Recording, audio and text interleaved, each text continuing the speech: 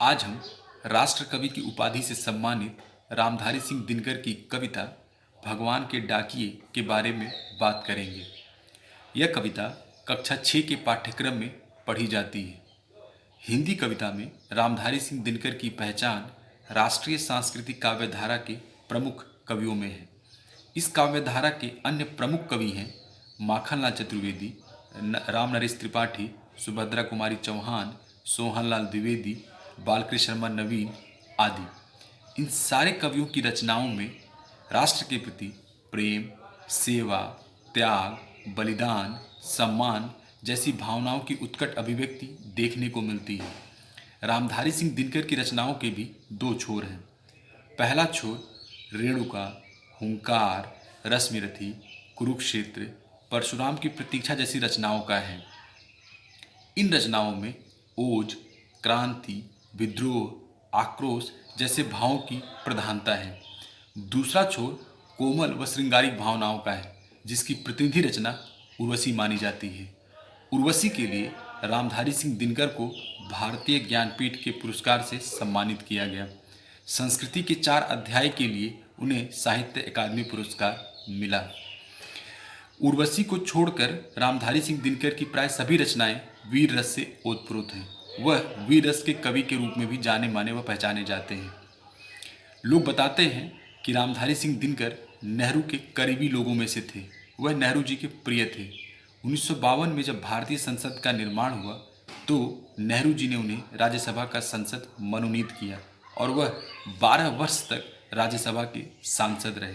पर इसका यह कतई मतलब नहीं था कि उन्होंने सरकार की गलत नीतियों का विरोध नहीं किया।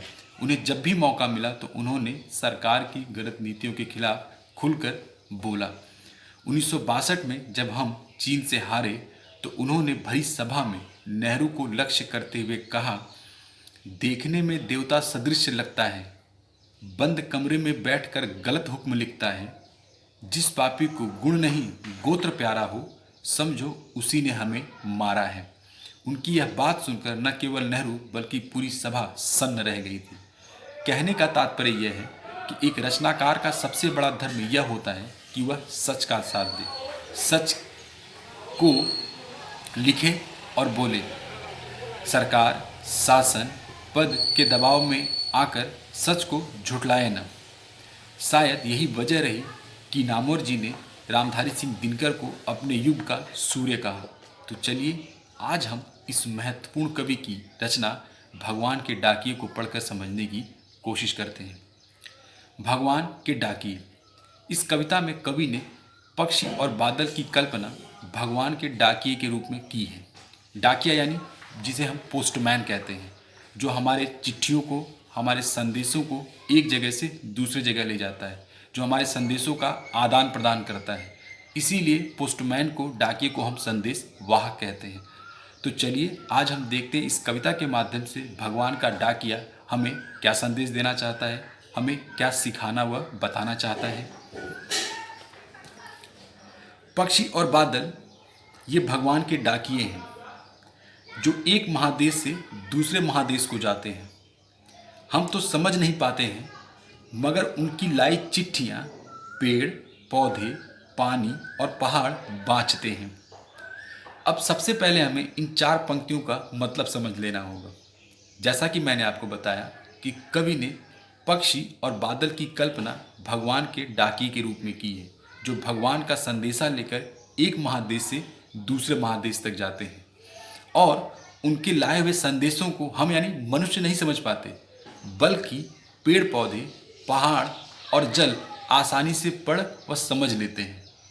तो हमें समझना यह है कि मनुष्य जो सबसे संवेदनशील, सबसे सर्वश्रेष्ठ और सबसे समझदार प्राणी माना व कहा जाता है, वह क्यों बादल और पक्षियों द्वारा लाए हुए संदेशों को समझ नहीं पाता, जबकि निर्जीव कहे जाने वाले पहाड़, जल और पेड़ पौधे जो हैं तो सजीव पर वह कह और सुन नहीं सकते, उनके द्वारा लाए संदेशों को पढ़ व समझ लेते हैं।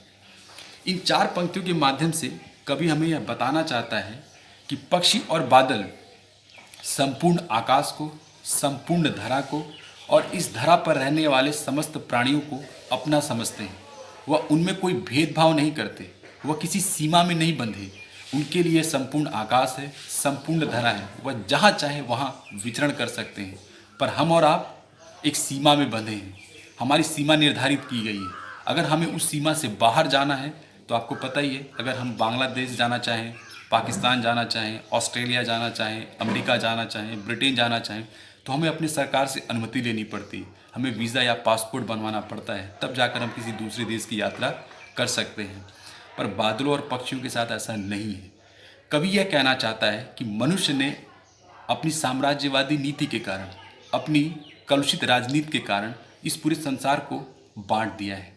न केवल भौगोलिक सीमाएं बटी हैं, बल्कि हम धर्म के नाम पर, भाषा के नाम पर, जाति के नाम पर, रंग के नाम पर, रूप के नाम पर, गुण के नाम पर हम बटे हुए हैं। और यह बंटवारा मनुष्य जाति के लिए, मानव कल्याण के लिए हितकर नहीं। इसीलिए आप देखिए कि पक्षी और बादल जो संदेशा लाते हैं वो हम नहीं समझ पाते। क्यों?